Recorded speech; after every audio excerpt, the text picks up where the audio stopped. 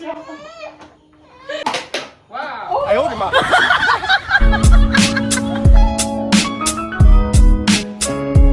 Hello everyone, I'm from my channel. I'm Nurjari. Adom yam ngasi video sikadi surprise macam uwa pangdai ni akoi side ni ngasi ki macam pi ni buka magi birthday yosale duna advance oi na pi doi ni auduna ai hojik du lei bachat ni hojik thunga na chat ke tori do myam da matek matek yeng halak ke ka adom yam ai hojik mabana chalurga hali buka do ai pisa je yam puho da dana hadi aina pamjaba poto pesa do ga pot ko chana da bhai tare buka maman tuna basu haite ba bengali loan mane hindi khar loan mane tota taraga loan basu ngam da bani na poto ina henjana su pam da bhai tare moina maman do yam henjana harak pa do ai video sina mak tre hadi um sauning ak bai tare ko video namjarak pani ba ko ina matienga le dukandar launa ba de sauning ak tara video sina mak tre aduna ina yum da dum mamanda advance ki gift ama peer ni ana dum khale ko dum yam da su yenga lakke kai pot pi do ina da sida le ko sisa phatsa na packing taraga pi do ni ba ko ai mangonda kai nam da stick so ko jikan ma yam thau thai I hold him up. aduduna myam asidi myam mamang da so ina dum high crab ni bako everteen gi bikini line hair remover ni bako sise aina mahon da pi do ni adu pi ding da ai myam da su kamaina si nei kai towi kai to buda kana ha ba do ai myam da dum khajik tan khangalam ge adu aina ne phasa packing da pi do ni ho kada aina packing do proper ma chan pi na pura chakra ma ko sai Amazon gi packing da phasa packing da pi do ni site ta thamor ge bako aduga sida le si soina sijina khani Siswayna sizina khakne ko aina pi do se adom yam di dum aina mamang du sizina khrabani se yamna live ne ko khoina hair remove to bada sizina ba matam da at least my 2-3 minute ki manung da yamna line a khoina hair se remove to to pa ya do ne haibadi asiga dum tawraga utlage pa makhu chubuti yamna hoja da bani masam mayamna masam yamna hoba mafam masam do kok thokning ba mafam daga leibi ba tara di asise sizina biu yamna line a khothokine bu ko adu ta sunatana muram ba mafam du su ngok thorakani adum sizina ragadi masa yam nalakani yam na matu nalakani buka ado myam ai gi wase yam na serious na lobinu ai se khara phagi to ba pamje duna mata bunu mukta khara nok na leiba de wanga mu da khara funny du mai ngangjar ga isa nungai ba hai tare buko mina ta ba di nungshi ramoi ado nungshi dar su nungshi biyo ado se se ai dum tar ga myam da ulakke sida lei buko single packet ka kai mamangi du di loi re buko sina dana sisina ai no ba packet ado magi makut khot na su bi adu gi khot na ba du di tawar ge da Then I must some whole ring. What if some whole there? Nan thon yung yam na live ni yam yam. Ado ahan bada noina to do se yam na simple loina sis mana te shalala le bi ni bako nga khak jogoi sabra isai satpra nga tang ado si se sensitive skin gi oraga su ka shum chigna ni ngai lete yam na phabani na magi manam nam thiba lete manam nu shiba la kani bako aduga khoi gi skin da darkening le bodu su ngok thorak toini hair se yam na yang na hogolakani in growth orakani habi gi chigna bodu su adu su lei roi doine paisa su yam na live bani ai description da link hapchang gi yam changa ga dum purchase to nimba le ga dum to send biro ado siya te thore ko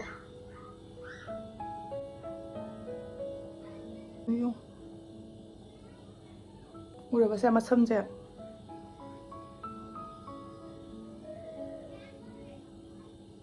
yam na lai na khoina masam je lok thok pa ya ya ba ko haibadi wo matam yam chang da bi yeng masam je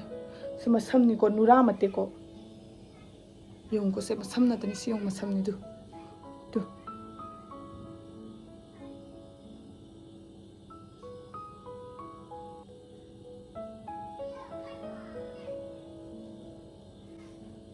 aduni khoina yamna laina 5 minute ta akoi gi skin se khoina care to jaba ngame adom yam hojikti lore ai myam da tawna su ule dana ko adum yam se any website te su phangani aduga www.everteen.com da gisa adum phangani ai description da link hapchare mage myam check to sanbiro ai hojik ko sigi pot se packing tor mai manak ta kuna chalage ado ai hojik ko ram do raga la sing hojik lo edana ko si se siga hapchalaga advance birthday gift ni actually ai ma ki birthday da budi plan myam tawri ba ko my birthday se kuitre 3-4 days ta ngai ado ahan bada Kaya mangunda hana sige reaction to bise bahayang asing mo pero kung ito matasa na bagi dagi ada yung sikaw sige so ay mo kumse kuy man gid na tingjan ya da phaktok da dum lei ga sile ya sina ngasi ay na Amazon ne potom lawi ba ko adagi la okay ngasi di ay na magi gift ama library ba ko adada housing mangunda gift sa tiba chat robani surprise gift ni ba ko ado maksu hoji sonum de lei ya ado myam da yin halak ya ado de lei ba ka ko to ai nga sai sanda da chalu ni ai nga sai lei ba chat ba halak pa da suma khumnari ba ado ina dum nang mamang da chakhat khro ai na chakhan gre ba ko ado duga hoji yum de la e yum yo e ado myam da phasana una ba gi ai sika stand da mobile da thang gi ba ko ado gi yin ni ska kai nu cha thwa ai gift le re Gift.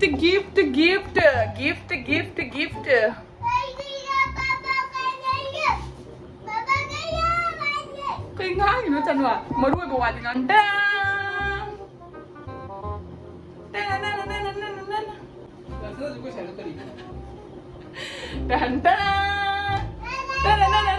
Mayam na ko, mamang na ko lang. Mamang na ko, Mamangi video da noi sai do morong yam san ge mi am nang nang ngai bo ko au nai se yam sathi na wakhan ngai tre mi am ai matung da ge am khana matung manau da zara roi aduna magi da makta ji magi birthday man chatli ne bo ko adu europe tore adu gi ahan ba advance gift ni ska lai re kari oram ga nai thale kari oram ga nai khale ke bi kari ge kari oram ga nai khale kari oram ga nai khale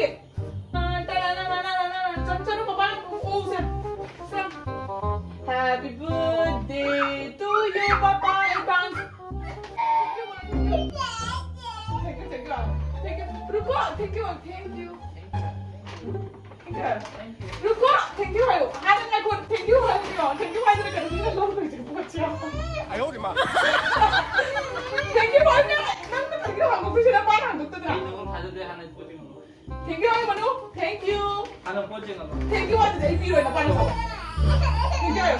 Thank you. Udah, papa mama nak kipir dia.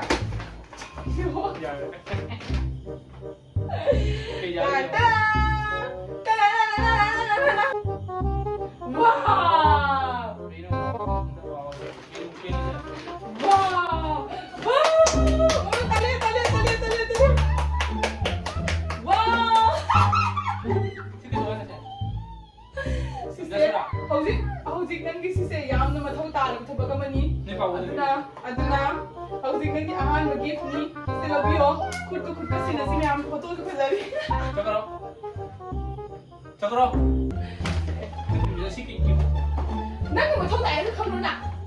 ai harak to ko ai harak to chakro ai harak to chakro chana ko jabra thank you wow Nang kay expect tayo. Nang kay expect tayo. Ado biya nga sa video sa side ro shinjar ge magi birthday se ai jum da dum ke khawni mapan dagi ko order to. Oi, mapan to. Kigita ba? E charing nang ke. Ha? Ai na sukhai khara na tu ma lerga ai na ado ma'am आइना के खौदोनी ma'am recipe सिंग अंगोंदा